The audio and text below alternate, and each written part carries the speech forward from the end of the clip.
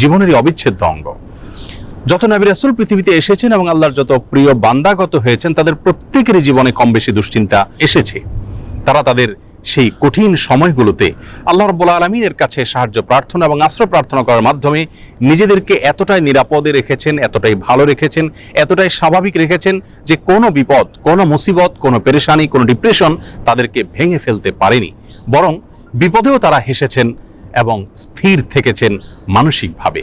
আজ আমরা সেরকম কয়েকটি আমলের কথা বলবো, যে আমলগুলোর মাধ্যমে আমাদের বিপদ আপদ এবং মুসিবত আল্লাহ রাব্বুল আলামিন দূর করবেন, লাঘব করবেন এবং বিপদ আপদেও আমাদেরকে আল্লাহ রাব্বুল আলামিন মানসিকভাবে প্রশান্ত এবং স্থির রাখবেন। আর সেই আমলগুলোর মধ্যে থেকে সর্বপ্রথম এবং প্রধান যে আমলটির কথা বলবো তা হলো যিকরুল্লাহ বা আল্লাহর জিকির। আল্লাহর জিকির এর চাইতে কার্যকর কোনো ঔষধ আর নেই ডিপ্রেশন দূর করবার জন্য। কোরআনে কারীমে আল্লাহ তাআলা বলেছেন, আলা বিযিকরিল্লাহি তাতমাইন্নুল কুলুব। আল্লাহ তাআলার জিকির এর মাধ্যমে মানুষের অন্তরসমূহ প্রশান্ত হয়ে থাকে। অতএব আল্লাহ তাআলার স্মরণ অন্তরে রাখা, মুখে আল্লাহ তাআলার কথা বলা, আল্লাহর সঙ্গে একান্তে কথা বলা, এর মাধ্যমে ডিপ্রেশন দূর করা যায় সবচেয়ে সহজে। আল্লাহর জিকির বা যিকরুল্লাহর একটা বিশেষ পদ্ধতি হলো কোরআনে কারীমের তিলাওয়াত। কোরআনে কারীমের তিলাওয়াত যদি আপনি করেন অর্থ সহকারে বুঝে, দেখবেন মানসিকভাবে আল্লাহ রাব্বুল আলামিন অলৌকিকভাবে, বিস্ময়করভাবে আপনার মধ্যে প্রশান্তি সৃষ্টি করে দিবেন। যিকরুল্লাহ বা আল্লাহর জিকিরের আরেকটি বিশেষ পদ্ধতি হলো সকাল এবং সন্ধ্যায় প্রিয় নবী সাল্লাল্লাহু আলাইহি সাল্লাম অনেকগুলো জিকির এবং দোয়া আল্লাহর কাছে নিবেদন করতেন। সেগুলো যদি আমরা নিয়মিত করতে পারি তাহলে সেক্ষেত্রে যিকরুল্লাহ এর মাধ্যমে দুশ্চিন্তা এবং ডিপ্রেশন থেকে বাঁচার উপায় আমরা খুঁজে পাবো ইনশাআল্লাহ বিইذনিল্লাহ। দ্বিতীয় যে আমলটির মাধ্যমে দুশ্চিন্তা এবং পেরেশানি থেকে আমরা মুক্তি লাভ করতে পারি তা হলো প্রিয় নবী সাল্লাল্লাহু আলাইহি সাল্লামের সারা জীবনের একটি গুরুত্বপূর্ণ আমল এবং স্পেশাল জিকির, যে জিকির তিনি আল্লাহ তাআলার কাছে নিবেদন করতেন তার কঠিন সময়, যখন দেয়ালে পিঠ থেকে যেত ঠিক সেই সময়। আর সেই জিকিরটি হলো লা ইলাহা ইল্লাল্লাহুল আযীমুল হালিম, লা ইলাহা ইল্লাল্লাহু রাব্বুল আরশিল আযীম, লা ইলাহা ইল্লাল্লাহু রাব্বুস সামাওয়াতি ওয়া রাব্বুল আরদ ওয়া রাব্বুল আরশিল কারীম। এই জিকিরের মাধ্যমে আল্লাহ রাব্বুল আলামিনের একত্ববাদের স্বীকৃতি, আল্লাহর মাহাত্ম্য বর্ণনা করার মাধ্যমে আমরা দুশ্চিন্তা এবং পেরেশানি থেকে মুক্তি লাভ করতে পারবো ইনশাআল্লাহ বিইذনিল্লাহ। তৃতীয়ত যে আমলের মাধ্যমে আমাদের বিপদ আপদ এবং কঠিনতম সময়ে আল্লাহ তাআলার আশ্রয় প্রার্থনা করতে পারি, দুশ্চিন্তা থেকে মুক্তি লাভ করতে পারি, সে দোয়াটি প্রিয় নবী সাল্লাল্লাহু আলাইহি সাল্লাম সারা জীবন নিয়মিত পাঠ করতেন। আনাস রাদিয়াল্লাহু তাআলা আনহু তার 10 বছরের সেবক ছিলেন। তিনি বলেছেন, আমি নবী আলাইহিস সালামকে দেখেছি এই দোয়া সবসময় তিনি পাঠ করতেন এবং আল্লাহ তাআলার কাছে দুশ্চিন্তা এবং পেরেশানিতে আশ্রয় প্রার্থনা করতেন। আর সে দোয়াটি হলো আল্লাহুম্মা ইন্নী আউযু বিকা মিনাল হাম্মি ওয়াল হাযান ওয়াল আজজি ওয়াল কাসাল ওয়াল বুখলি ওয়াল জুবন ওয়া যালা'আদ দাইনি ওয়া গালাবাতির রিজাল।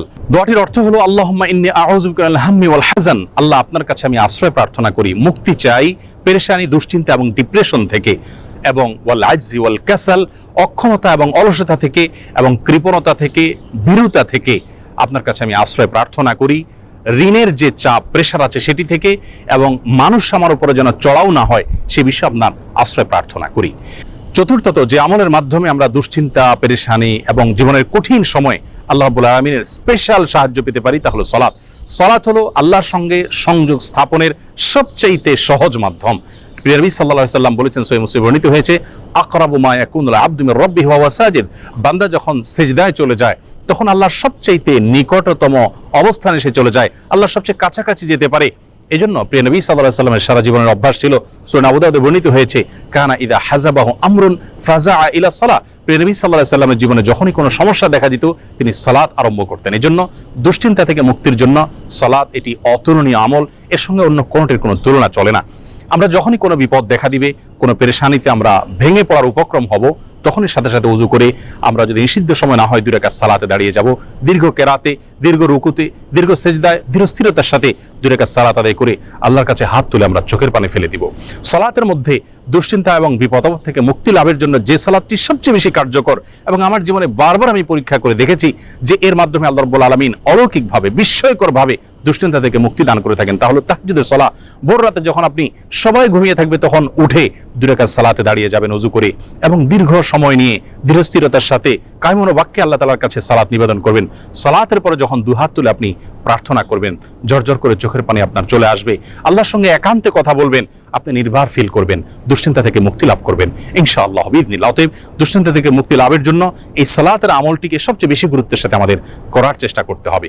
5 নম্বর যে আমলটির মাধ্যমে আমরা বিপদ আপদ এবং কঠিন সময় আল্লাহ তাআলা আশ্রয় প্রার্থনা করতে পারি তা হলো ইস্তেগফার। ইস্তিগফার এমন একটি বিষয় যে কোনো বর্ণনায় বর্ণিত হয়েছে, নবী আলাইহিস সালাম বলেছেন, মান লাজিমাল ইস্তিগফার, যে ব্যক্তি ইস্তিগফারকে নিজের জন্য অবধারিত করে নেয়, অপরিহার্য করে নেয়, নিয়মিত ইস্তিগফার করতেই থাকে, আল্লাহ রাব্বুল আলামিন তার সমস্ত পেরেশানি থেকে মুক্তির পথ তার জন্য সহজ করে দেন এবং বের করে দেন। এবং কোরআন কারীমে আল্লাহ তাআলা বলেছেন, ওয়া মা কানা আল্লাহু মুআযযিবাহুম ওয়া হুম ইস্তাগফিরুন, যেই মানুষেরা ইস্তিগফারের মধ্যে রত থাকে আল্লাহর আযাব তাদের প্রতি আসে না। এজন্য দুশ্চিন্তা, বিপদ আপদ, পেরেশানি, টেনশন, যে কোনো কঠিন সময়ে আমরা বেশি থেকে বেশি ইস্তিগফার করব। এটিও আমার ব্যক্তিগত জীবনে বারবার আমি আমল করে দেখেছি যে কঠিনতম সময়ে আল্লাহ তাআলা অলৌকিকভাবে সাহায্য করেন। 6 নম্বর আমল হলো নবী করিম সাল্লাল্লাহু আলাইহি ওয়াসাল্লামের প্রতি দুরূদ প্রেরণ করা। দুরূদের আমলটির মাধ্যমে আল্লাহ রাব্বুল আলামিন মানুষের অন্তরকে প্রশান্ত করে থাকেন, স্থির করে থাকেন, অন্তরের পেরেশানি দূর করে থাকেন, বিপদ আপদ এবং মুসিবত থেকে আল্লাহ তাআলা মুক্তি দান করে থাকেন। 7 নম্বর এবং সর্বশেষ যে আমলটির কথা বলবো তা হলো সাদাকা, দান সাদকা। সাধ্য অনুযায়ী আমরা যতটুকু করব এর মাধ্যমে আল্লাহ তাআলা আমাদেরকে বিপদ আপদ এবং কঠিন সময়ে সাহায্য করবেন, মুক্তি নসিব করবেন। সর্বশেষ যে কথাটি বলতে চাই প্রিয় দর্শক, বিপদ আপদ এবং মুসিবত আল্লাহ তাআলা কখনো কখনো বান্দাকে দিয়ে থাকেন বান্দার কল্যাণে, যার বিনিময়ে আল্লাহ রাব্বুল আলামিন জান্নাত দিবেন। দুনিয়াতে যদি সারা জীবন আমরা কষ্ট করি, বিপদে থাকি, মুসিবতে থাকি, আর এর বিপরীতে যদি চিরকালের জন্য, অনন্ত অসীম কালের জন্য জান্নাত আমার হয়ে যায়, তাহলে এটা কিন্তু আমার লাভজনক বিনিয়োগ হলো। এটি আমার জন্য কোনো লস বা ক্ষতিকর কোনো কিছু নয়। এজন্য দুশ্চিন্তা বা পেরেশানি যদি কোনো কারণে দূর না হয়, নিশ্চিতভাবে একজন ঈমানদার মনে রাখবেন যে তার মাধ্যমে আল্লাহ রাব্বুল আলামিন তাকে মহা কল্যাণের পথে নিয়ে যাচ্ছেন। আল্লাহ রাব্বুল আলামিন কঠিন সময়গুলোতে আম্বিয়া আলাইহিম সাল্লাতু ওয়াস সালামের মতো সবরে জামিল বা উত্তমভাবে সবর তথা ধৈর্য ধারণ করার তৌফিক নসিব করুন। সকল বিপদ আপদ, সকল দুশ্চিন্তা এবং পেরেশানি থেকে আমাদের সকলকে মুক্তি নসিব করুন। আসসালামু আলাইকুম ওয়া রাহমাতুল্লাহি ওয়া বারাকাতুহু।